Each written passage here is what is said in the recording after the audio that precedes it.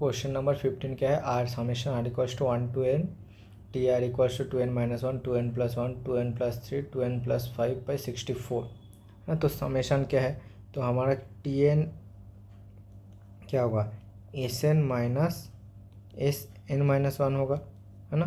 तो दोनों में 64 है, तो 1/64 कॉमन आ जाएगा। एस एन में क्या होगा, 2n - 1 2n + 1 2n + 3 2n + 5 minus n - 1 होगा, तो n - 1 की जगह 2n - 3 2n - 1 2n plus 1 2n + 3 है ना। तो 1/64 2n - 1 2n + 1 और 2n + 3 कॉमन हो जाएगा, तो क्या आएगा 2n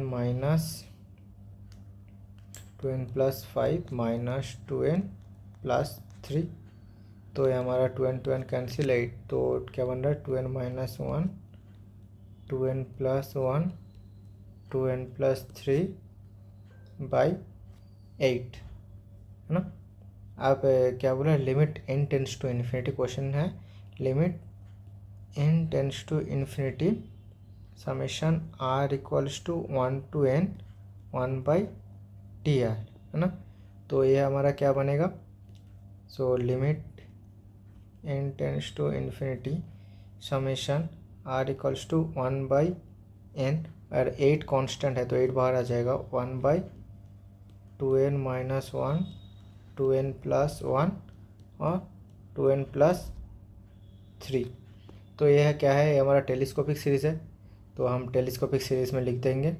so limit n tends to infinity 8 into, तो समेशन है r equals to 1 to n, तो दो के टेलीस्कोपिक सीरीज़ में डिवाइड होगा। तो पहले में क्या आएगा 2n - 1 2n + 1 minus 1/2n + 1 2n + 3। अब देखो इसमें 2n - 1 2n + 1 है, तो इसके क्या आएगा 2n + 3, और इधर क्या आएगा -2n + 1। तो क्या हो रहा है 1/4 आ रहा है, तो हमें बाहर क्या चाहिए 1/4 है ना। तो क्या आएगा limit n tends to infinity, अब 2 आ जाएगा, 2 into summation r equals to 1 to n। अब इसको फार्दर डिवाइड स्प्लिट कर दो, तो क्या आएगा 1/2n - 1 माइनस 1/2n + 1, पहला। दूसरे का क्या बनेगा 1/2n + 1 माइनस 1/2n + 3 है ना। और फिर इसमें सेकंड ब्रैकेट, अब देखो तो क्या बनेगा limit n tends to infinity 2 into summation r equals to 1 to n। अब इसमें देखो एडजस्ट करने के लिए, तो इधर क्या आएगा 2n + 1 माइनस 2n + 1 आएगा, तो इधर आ रहा है 2, तो इधर बाहर क्या आएगा 1/2, और इधर देखो क्या आ रहा है 2n + 3 माइनस 2n - 1, तो इधर भी चाहिए 1/2 है ना। तो 1/2 1/2 1/2 कैंसिल हो जाएगा, तो इधर क्या आ रहा है summation r equals to 1 to n 1/2n - 1 minus 1/2n + 1 minus 1/2n + 1 minus 1/2n + 3।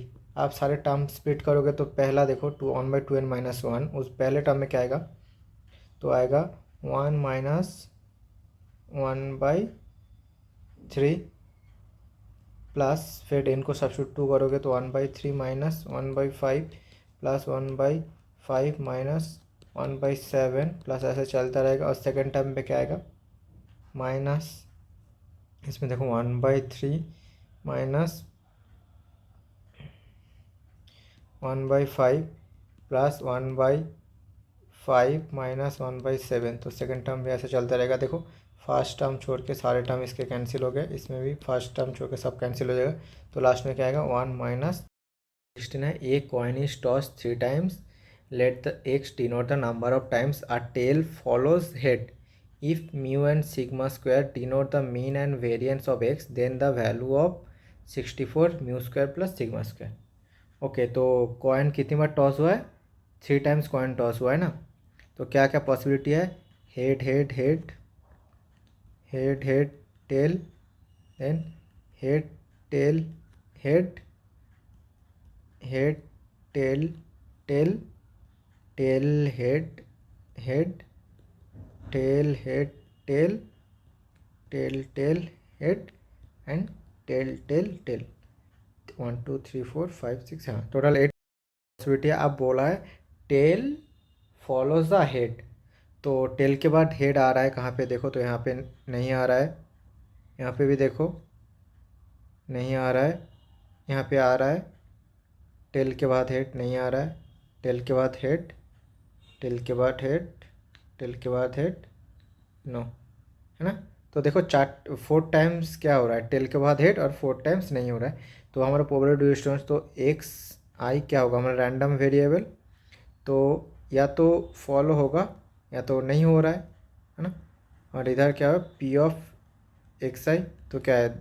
4/8, तो 1/2, इधर भी 1/2। आपको बोला है म्यू, सो म्यू का फॉर्मूला क्या होता है? Summation x I P I, तो एक क्लियरली क्या है? 1/2। और सिग्मा स्क्वायर का फॉर्मूला क्या होता है? Summation of x I square P I minus mean का स्क्वायर, है ना। तो summation x square minus P I, तो क्या आएगा बताओ? 1 स्क्वायर, तो 1/2 माइनस 1/4, सो 1/4। नाउ क्वेश्चन क्या है? 64 into mu plus sigma square, so 64 into 1/2 plus 1/4, so 64 into 3/4, so 48। Thank you.